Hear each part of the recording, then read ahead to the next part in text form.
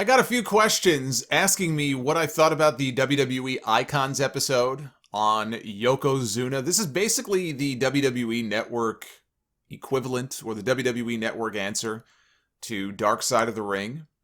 The other episodes that are advertised for this season cover Beth Phoenix, Lex Luger, the British Bulldog, and Rob Van Dam.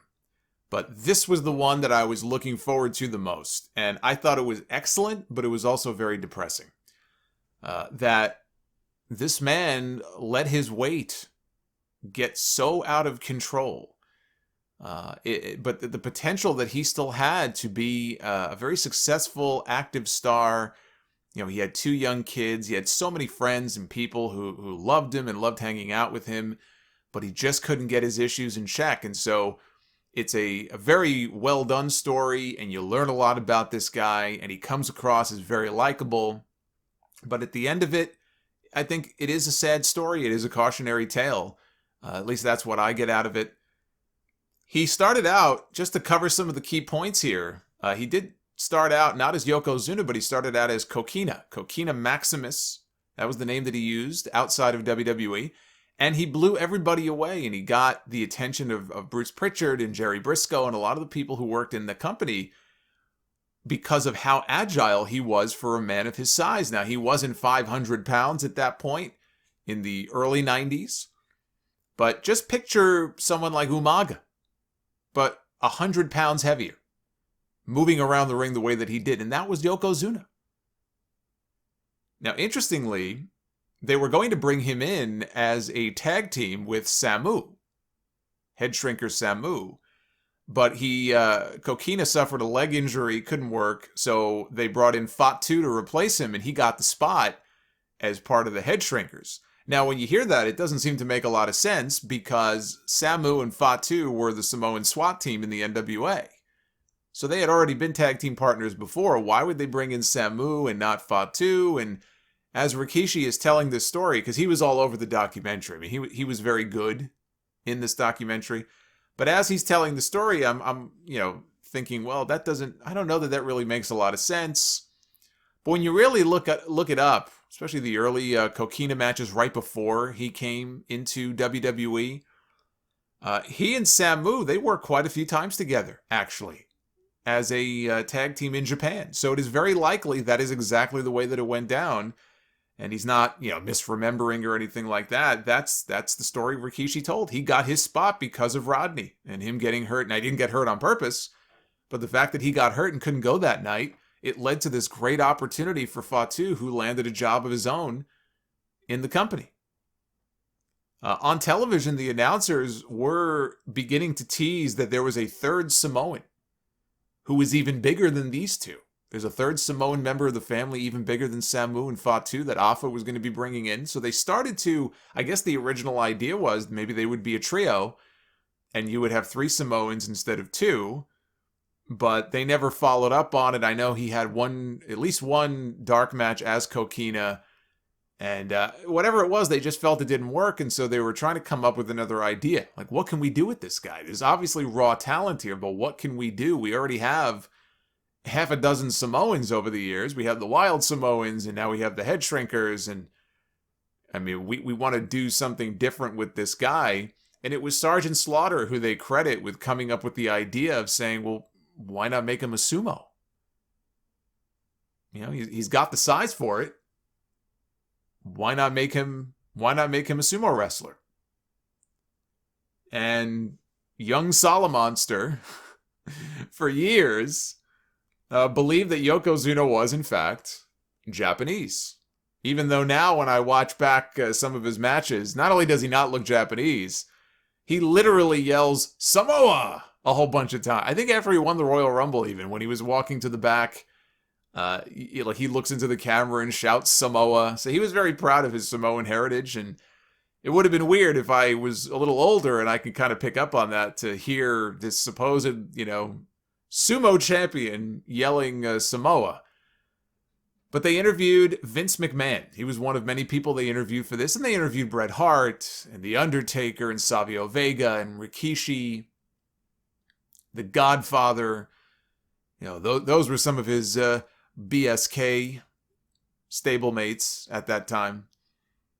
So they interviewed a whole bunch of different people and family members, Afa and Sika, Yoko's kids, his sister.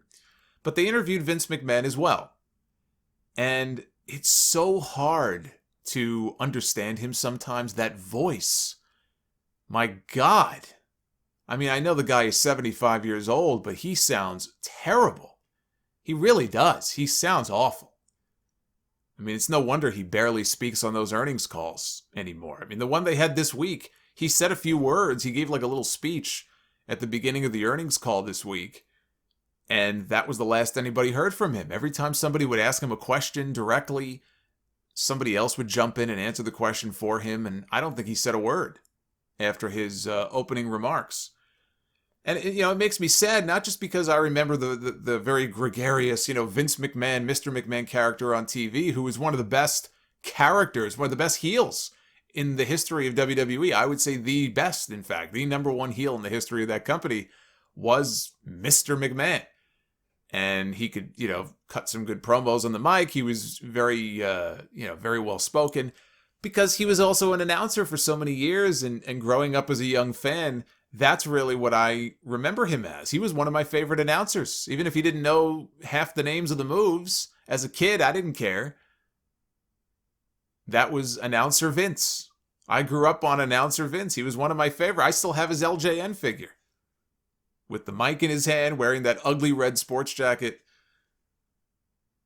But everyone had nothing but wonderful things to say about Yoko behind the scenes. They all loved him. He would listen to gangster rap and NWA songs, and they said he'd be writing down rhymes.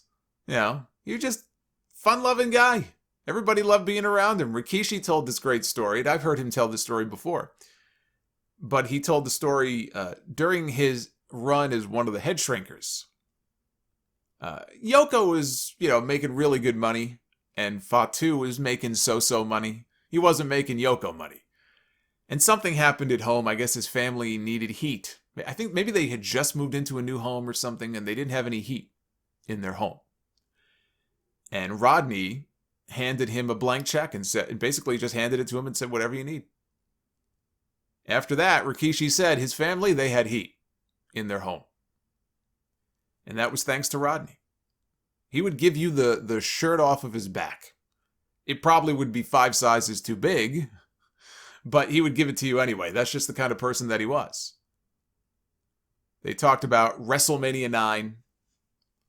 And that was a big night for Yoko because he won the WWF title for the very first time. He was featured in the main event of WrestleMania. This guy had only debuted on television maybe a little over 6 months before this. Maybe not even. His first pay-per-view match was against Virgil at the Survivor Series, and here we are at WrestleMania. And he's already won the Royal Rumble. He's already, killed Hacksaw Jim Duggan on TV. The other, American hero outside of Hogan. And now here he is challenging for the world title. So this was a huge spot for him. They interviewed Hogan as well as part of this. And Hogan admits it was his idea for the finish. He talked Vince into doing it. Bruce Pritchard is interviewed, and he claims that they did it. The reason they put the title on Hogan 2 minutes after Yokozuna won the championship, Hogan came out and there was an impromptu challenge and he beat. So we had 2 title changes in the span of 2 minutes on the show. And Pritchard claims the reason they did it is because they had an international tour coming up and they thought having Hogan as the champion on that tour would be better for business. The only problem with that is that Hogan was not on the international tour after WrestleMania that month. In fact, I don't believe that Hogan had any WWE matches at any live events or anything until the end of May. Earlier in the month, he wrestled 1 match in Japan against the Great Muta. That was where, after the match, he did this interview and talked about this WWF title is nothing. This is like a Christmas ornament. This is a trinket. The belt I want is the IWGP belt. Hogan thought so much of that championship that he basically spit on it. And the company was not very happy when they got word about what he had said. But I don't think he was at any of the live events. He certainly, when I look up records of all the shows they did in England and Germany in April into May, I don't see Hogan's name on a single one of them. And I know he was wrestling at the end of May because I was at one of those shows. They did a show late May in '93 at the old Meadowlands in New Jersey. And the main event that night was Hogan and Brutus Beefcake against Money Incorporated with Sergeant Slaughter as the guest referee. And I was there that night. Now, they had a second international tour that started, I think, in July, and it went into August. And those were Hogan's final dates with the company. But by then, he wasn't the champion anymore. He had already dropped the belt to Yokozuna at the King of the Ring. So, Bruce has his facts wrong. I know he was there at the time, but not everybody who was there, 30 years ago remembers every detail. And he doesn't have his facts straight when it comes to that. They talk about King of the Ring 93. That was also a big night for Yoko because he beat Hogan to get the belt back. He squashed Hulkamania. Hogan never did get his win back on TV over Yoko. I mean, he pretty much beat Yokozuna every night after that at the international events in July into the beginning of August. And there were rumors years ago that Hogan at one point was trying to bring or wanted to bring Yokozuna into WCW so that he could get his win back, just like he did with the Ultimate Warrior. And it never materialized. It never happened. But King of the Ring 93 is probably my all-time favorite WWF pay-per-view event. It was basically the Bret Hart show that night. But this match was also on that show. The exploding camera that exploded in Hogan's face because there obviously had to be a reason why he was going to lose. Just like when he lost to The Undertaker the first time, right? He didn't just lose. Ric Flair interfered and they slid a chair into the ring. There's always got to be a reason why Hogan would lose. Undertaker badly wanted to work with this guy. Undertaker was stuck working a bunch of stiffs for a while and working with Giant Gonzalez, or he knew he would be working with Giant Gonzalez. Vince McMahon said, yeah, you could work with this guy, but I got another guy in mind for you first. And then he found out, oh God, because he saw Giant Gonzalez, I guess, was walking down the hallway. Vince goes, you're going to work with him. But Undertaker really wanted to work with Yoko because he saw that he was a big guy who can move around. He was agile for a guy his size, and he knew that he could have good matches with him. So he was dying to have a match with Yokozuna. And I got to tell you, they didn't really start feuding and having matches until the end of 93, beginning of 94. I enjoyed watching Undertaker and Yokozuna work together. I enjoyed their matches, by and large. One of my most memorable spots, I guess you would say, or moments, Survivor Series that year in 93. They were on opposing teams, and they were outside the ring. They worked a little bit in the ring, but then they ended up outside the ring, and Yokozuna rammed Undertaker face first into the ring steps, and Undertaker just immediately snaps his head back. He whips his hair back. His eyes are rolled back in his head. Yokozuna has this look on his face, this wide-eyed look like, holy shit. And Undertaker turns and looks. It's just a great moment. I enjoyed the work between them. I really did. Even today, I could go back and watch old Undertaker Yokozuna stuff. And yes, some of it is slow and plodding. I mean, that was also the nature of that old Undertaker character back then. He wasn't working the way he was working 10 years later. But I enjoyed those battles. When Yoko came back in 95, he was gone for a few months. He came back in 95. The reason they put him in a tag team with Owen Hart was because his weight was starting to get so bad, they knew that he couldn't perform the way that he used to on his own as a singles. Yokozuna loved to eat. That was the other takeaway from this special. He loved to eat. There's an old expression, you should eat to live, not live to eat. Well, Yokozuna, he lived to eat. And it led to his downfall. Pritchard said they had to take Yoko to a loading dock to get him weighed. That was a slap in the face to him. But, I mean, how else are you supposed to weigh this guy? He was probably north of 600 pounds or closing in on 600 pounds legit at that point. Yeah, they probably had regular scales that weren't exactly going to support his weight. I mean, some of the guys, Bret Hart on this show told a story. Yoko was backstage at an event in some arena once, and he was sitting on the toilet, and the toilet came right out of the wall. Bret said it sounded like a grenade went off, and went in to go see what was going on, and Yokozuna had pieces of porcelain in his ass. He was bleeding. It was this horrible situation. His weight was just getting so out of control. They tried to get him to move to North Carolina to join a weight loss clinic at Duke University. It was one of the most renowned weight loss clinics in the country. And he didn't want to move. He did not want to move to North Carolina, so he told them, I'll do it from home. And then a few months later, when he came back, he was bigger than ever. He was as heavy as he's ever been.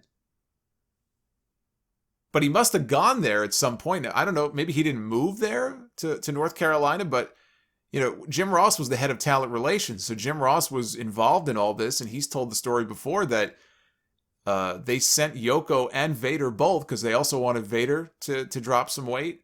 And at one point, they paid to have Yoko and Vader go to the weight loss clinic at Duke.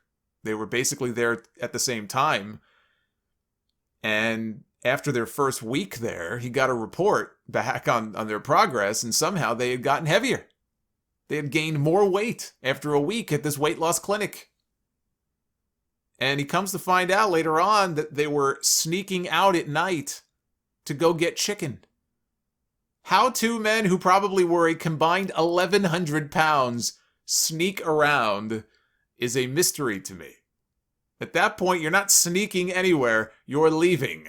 That's what you're doing. You are walking out the front door, maybe the back door, but you're walking out the door. You're not sneaking anywhere. Now I have this vision in my head of Yokozuna tying a bedsheet to something in his room and climbing out the window from 3 stories up to go find chicken.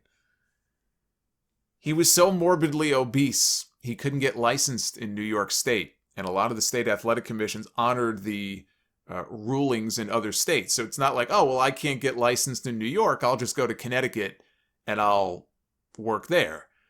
A lot of these state athletic commissions would honor the rulings from other places. So there were a lot of states, I forgot the number, 20-something states maybe, that Yokozuna was not allowed. He was not licensed to perform. They had him under contract, though, all the way through May of 1998. So, right into the beginning of the Attitude Era, Yokozuna was still under contract to WWE before they finally cut him loose. Even though his last match with them was at Survivor Series in 1996. So they tried. They tried a lot of things with him. It just wasn't working. He was also part of that infamous Heroes of Wrestling pay-per-view in 1999 where he was going to work a match against King Kong Bundy, part of a double bill in the main event. The other one was going to be Jim Neidhart against Jake the Snake. And Jake was completely wasted.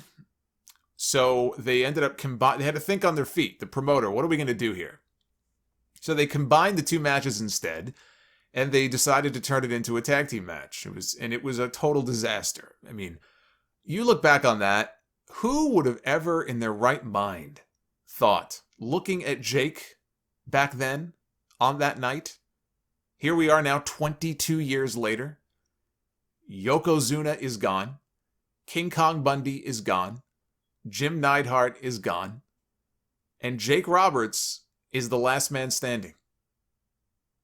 But Yoko was on a month-long tour of England in October of 2000 when he died in his sleep at the age of 34, the same age Owen Hart was when he died the year before.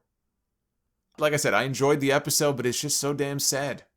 Here's a man who earned his living. He became a star based off of this larger-than-life presence, based off of his physical stature and how big he was. And the company exploited it. They made it part of his character. I mean, they literally turned him into a sumo character. And it made Yokozuna, I don't know if it made him a millionaire, but I'm sure it made him a lot of money. They built his entire gimmick out of how big this guy was. They showed vignettes of him eating giant bowls of rice.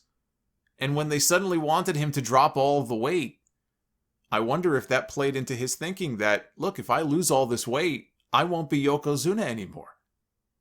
I'm sure a lot of it was just he loved food, and that's a hard addiction to kick for a lot of people. Anybody who deals with weight issues, I'm sure, can, relate to that. It's a very real problem. You can't, some people think, well, if you don't like that you're gaining weight, well, just stop eating. It's not the way it works. It's hard. It's a hard habit to kick. It takes willpower, it takes discipline, and sometimes it takes outside forces. It takes surgery sometimes. It could take gastric bypass. Depending on how bad the situation is, it's a very real problem for a lot of people. At the end of the day, whatever his thinking, may have been on this, it was just a matter mostly of he just loved to eat. I do wonder though. I do wonder if that played into his thought process at all. I have to be this size because otherwise I just look like everybody else.